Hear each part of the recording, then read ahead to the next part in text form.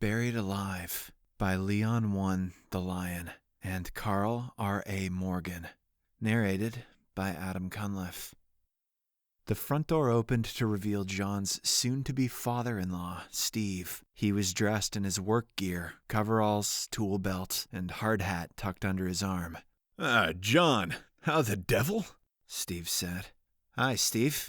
Just off to work? John asked. Yeah, you just caught me heading out the door. Boss wants everyone in. Something's going on in town and half the roads are being blocked off until it's sorted. Nothing serious, I hope, John said. Nah, probably just some clogged sewage line, Steve said. The two spent time indulging in small talk on the porch of the house, catching up on gossip, mostly, and although John wasn't at all interested in Steve's unending war with weeds in the backyard, he felt he had to be polite to the man that would be his father-in-law. Thankfully, the course of the conversation was interrupted by Steve's phone ringing. It was his boss, wondering why he hadn't showed up at work yet. John was thankful and said his farewells to Steve before ducking into the house, avoiding any further excuses to make idle chit-chat. The first thing John noticed when he went into the house was the rich aroma of someone baking brownies. John followed the enticing scent into the kitchen, where he saw his fiancée, Katerina, bent over, looking into the oven. Carefully sneaking forward on his tiptoes, John got up behind Katerina, and just as he was about to slap her cute little butt. "Oh, hey John, what are you doing?" John froze as he brought his hand back and looked over to where another woman was coming out of the pantry. "Oh, hi, Mrs. Miller. I just got in and could smell the brownies," John said sheepishly to Katerina's mother. Katerina stood up from the oven. "Oh, hey babes, I didn't hear you come in." "That was the point," John said, grabbing his fiancée about the waist and pulling her in close for a kiss. "Come on, you two. The brownies are going to burn," Mrs. Miller said. "Sorry, Mom," Katerina said, and turned her attention back to the oven. "So, what have you two got planned for today?" Mrs. Miller said. "I don't know. Figured we could lounge about, watch TV, and get fat on freshly baked brownies. They smell so good," John said. He found the bowl that the batter was mixed in and decided to scoop up the dregs that were left behind with a finger. "I don't think so, buddy. You promised to take me to the carnival. It's only in town for one more day," Katerina said, not taking her eye off the oven. "Oh, if you're going out, would you mind grabbing me a few things?" Mrs. Miller said.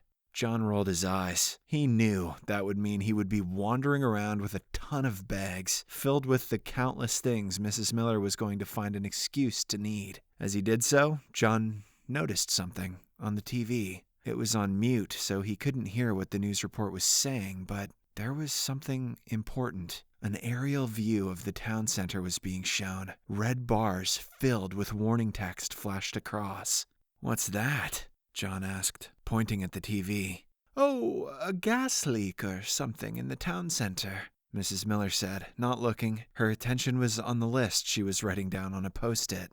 "I don't think that's a gas leak," John said. He was watching the whole street swell until the concrete cracked. Something spilled from the cracks that looked like brown sludge. It wasn't a gas leak, so probably a sewer blockage, like Steve said. The swollen street expanded pretty fast. "What the fuck?" John muttered. "Language," Mrs. Miller said, but John didn't hear her. He just stared at the TV and watched as the whole street erupted like a volcano, sending a shower of earth and tarmac raining down. Half the buildings were ripped up from the foundations, and then the feed cut off. "What the fuck?" John said again, pulling out his phone, and almost immediately it started blaring an emergency broadcast. That was no sewage water coming up from beneath the street. It was sand. John ran to the window that looked out toward the town center. His heart was racing and adrenaline rushed his system, but still his mind was working too slow, trying to figure out what was going on. Both Mrs. Miller and Katerina started to panic as they looked at their phones, but there was nothing they could do. They were locked by the emergency broadcast signal. John looked out the window and saw a thick cloud of dark dust rocketing up into the sky. John had watched a documentary about mayflies some time ago, and the swarm looked exactly like what he saw now. It was getting bigger, the cloud blooming and spreading many hundreds of meters in seconds. As it got closer, John realized it looked more like a massive sandstorm. "Stay away from the windows," John said, sudden fear washing through him. He tried to direct his rationale towards something substantial, something sane, and he thought that if this sandstorm washes over them, it could smash in the windows. "Draw the curtains and stay in the center of the room," John said. "Keep busy, stay safe. Common sense is key," John thought, as he ran into the living room and drew all the curtains closed. That should stop any broken glass from flying out and hitting anyone. They all met up in the hallway, the central part of the house, far enough away from danger, or so John hoped. It got dark really quickly, and they could hear the sand battering at the windows. It grew in intensity until the glass shattered. Mrs. Miller and Katerina screamed. "Shit! The sand is coming in! Close the doors!" John called out. John was shocked at the rate in which the sand was surging into the house as he went around and closed all the doors. "John, I'm scared," Katerina said. "Me too," John replied. He could see that his fiancée was close to tears. Her eyes were watery and her cheeks were puffy. Mrs. Miller clung to her daughter like she was a lost child. John's heart froze like ice when he heard the sound of wood under stress. He looked over to the front door and could see it visibly starting to buckle, a crack forming down its length. This can't be happening. How is this happening? Why is this happening? John's mind raced as he watched the front door get pushed to its limits, which was not very much. "Quick, barricade the doors," Mrs. Miller said. "Stop the sand from getting in." John fought against the paralysis caused by a sudden wash of fear. He needed to move. He couldn't just stand around and wait for the sand to pour in and drown him. "John, help me with this." Katerina's desperate pleas broke John free, and he ran over to help Katerina lug over a massive cabinet. They threw all the furniture they could in front of the door, hoping and praying that it would be enough to keep back the sand. John had a sudden thought, a realization that came far too late. Something crashed in the kitchen. The back door burst, and when John opened the kitchen door to look, sand had filled half the room already. "Shit, it's in the kitchen, and it's not stopping," John called, closing the door. He looked at the two women. Panic was as clear on their faces as John felt it on his own.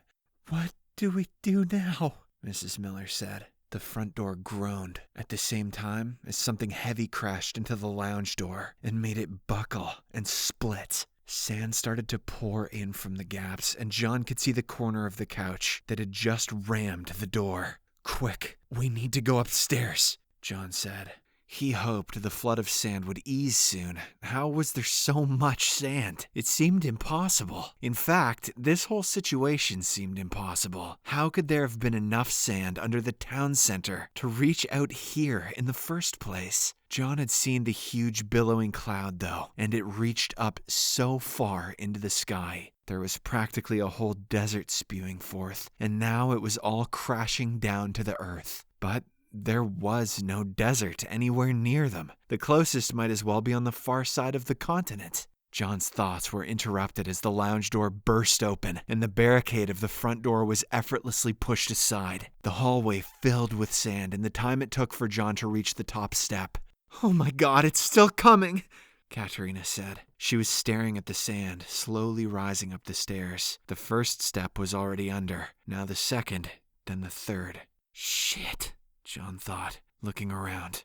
"Plug the gap." He went into the bedrooms and bathrooms, grabbing everything he could, and threw it all down the stairs. He was hoping they could provide enough resistance that the sand would not be able to make it up the stairs. He got the mattresses and jammed them into the stairway as best he could. The bed frames were laid across the top of the stairs and jammed into place by whatever they could find. The barricade groaned, and there was a sound of breaking and snapping. But it seemed they had finally managed to stopper the hole and prevent the sand from rising anymore. John sat with his back against the wall. He was breathing heavy and sweat formed on his brow. He felt disjointed, out of place, like this wasn't really happening. He was dreaming. He must be dreaming. There was no way this was real. Katerina sat down beside him and lay her head on his shoulders. She was weeping, but not making a sound. She just let her tears flow silently. Mrs. Miller went into her bedroom. John could hear the sound of sifting sand. It was coming from all around them as it flowed around the house. It was fast, and John thought it sounded angry. There was a crash from the bedroom, followed by a scream that was quickly cut off. "Mom! Mom!"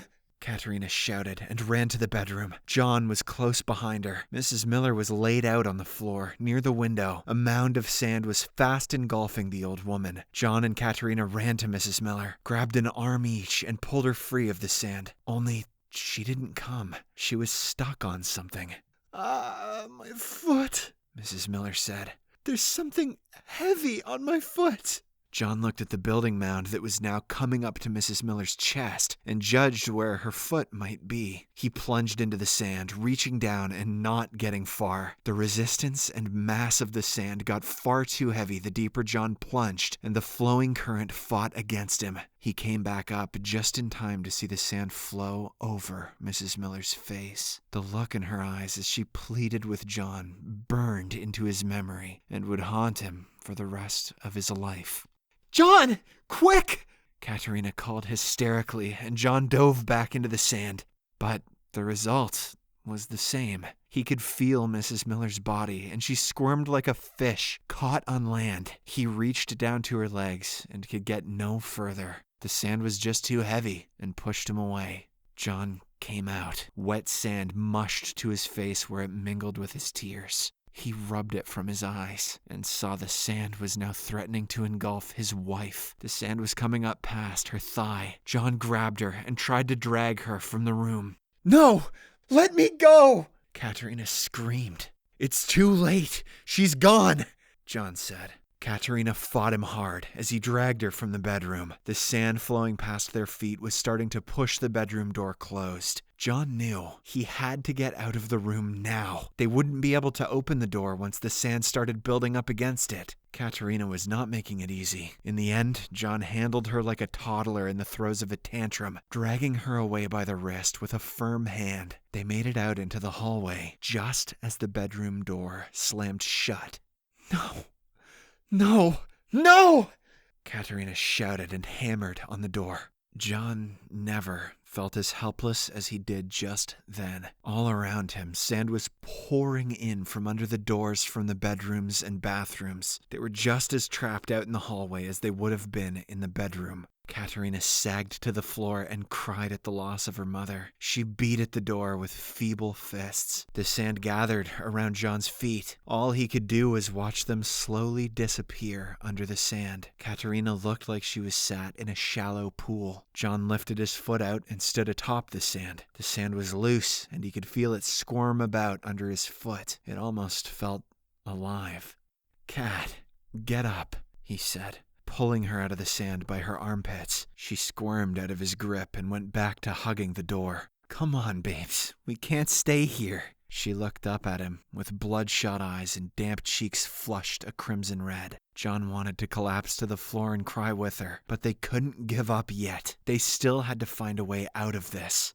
"Come on, we're not lost yet," John said, pulling out a small fishing knife from his pocket. He always carried the thing everywhere he went. You never know when it might come in handy. It was more of a utility knife than for any level of self-defense. John had used it a few times to cut open parcels, and one time to free a dog when it had been abandoned on the side of the road tied to a street sign. The sand continued to rise at a steady rate, showing no signs of slowing, and each time, John stamped on it. It pushed him up toward the ceiling until he was close enough to reach out and touch it. With his small fishing knife, John started hacking away at the plaster. Katerina watched him. If she had any hope left of surviving, she wasn't showing it. The level rose, and John was starting to get pushed into the ceiling. He was down on his knees now, and finding it hard to stay on top of the sand. He was only about halfway done and getting desperate. He stopped trying to cut the hole with any sort of grace and started stabbing at the ceiling. He felt like some kind of psycho serial killer